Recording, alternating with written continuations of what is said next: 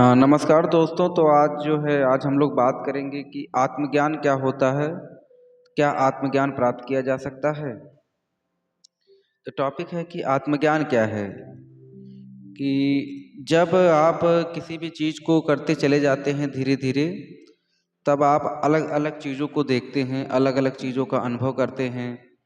और अनुभव होते रहते हैं चीज़ों का। कभी आपको मन जो है कभी प्रसन्न होता है और कभी मन दुखी होता है। तो जब आप अलग अलग चीज़ों को, जैसे मान लीजिए कभी कोई व्यक्ति है, वो बहुत ऊंचे मुकाम पर पहुंच गया, बहुत ज़्यादा चीज़ें उसने हासिल कर ली, तो उन्हीं चीज़ों से भी वो ऊब जाता है। चाहे वो बड़े से बड़ा राजा बुद्ध की को देखा जाए, या फिर और बहुत सारी एग्जाम्पल हैं कि जहाँ पर बहुत ज़्यादा कोई चीज़ हो गई हो तो उससे भी आदमी जो है अपने रुख को वहाँ से बदल लेता है।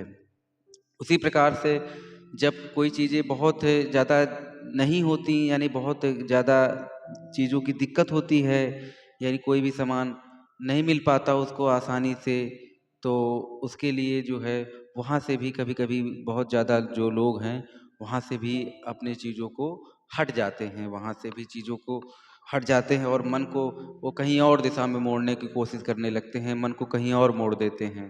तो चाहे वो बहुत ज़्यादा चीज़ें हों और चाहे बहुत कम चीज़ें हों, यहाँ पर मन का जो है मोड़ना स्वाभाविक रूप से आसान है। और लेकिन जो बीच की जो एरिया है जहाँ पर ये लगभग 95% लोग उपस्थित हैं, वो मन जो होता है उनका, वो कभी भीतर और कभी बाहर, वो पूरी तरह से टूट नहीं पाता है मन। वो मन जो है दो दिशाओं में जो है बँधा रहता है वो मन। वो कभी मन आगे जाता है और कभी मन वो पीछे जाता है, लेकिन पूर्ण रूप से वो मन जो है बाहर नहीं निकल पाता, और वो बार बार उसी चीज़ों को करने लगता है मन।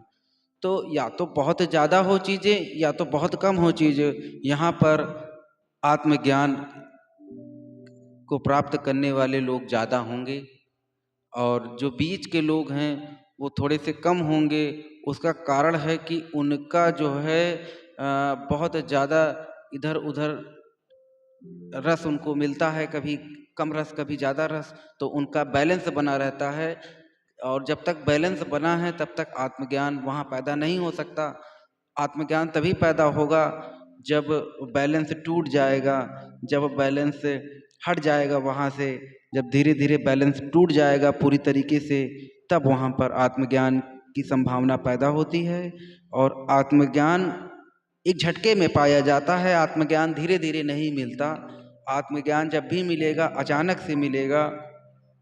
प्रक्रिया बहुत लंबी हो सकती है, प्रक्रिया कई जन्मों की भी हो सकती हैं, प्रक्रिया कई दिनों की भी हो सकती हैं, प्रक्रिया कई घंटों की भी हो सकती हैं। प्रक्रिया का कुछ भी पता नहीं कि प्रक्रिया कितनी लंबी होगी।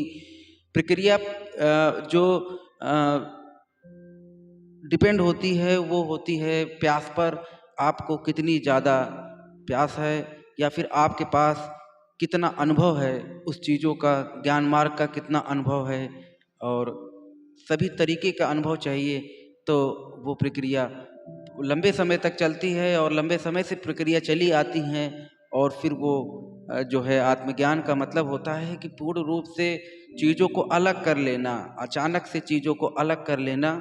लेकिन वो फिर भी लौटेगा। आत्मज्ञान के पाने के बाद भी लोग लौट सकते हैं। आत्मज्ञान कोई कंप्लीट नहीं है, पूरी तरीके से ये पूरा नहीं है आत्मज्ञान।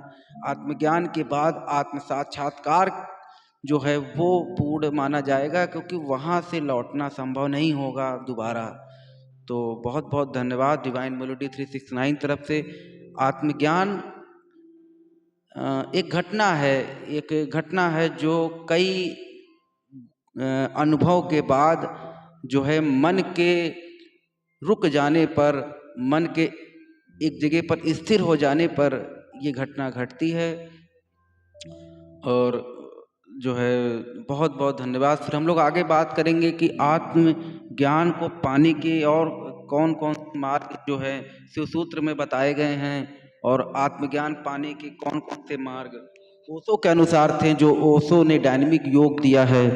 और भी बहुत सारे लोग हैं जिन्होंने बहुत अलग अलग तरीके के योग दिए हैं। तो बहुत सारे तरीके हैं इसके, लगभग 114 सूत्र भगवान शिव सूत्र में लिखे गए हैं, और उसी सूत्रों को अलग अलग तरीके से लोगों ने प्रयोग किया है और अलग अलग चीज़ों को लोगों ने पाया है।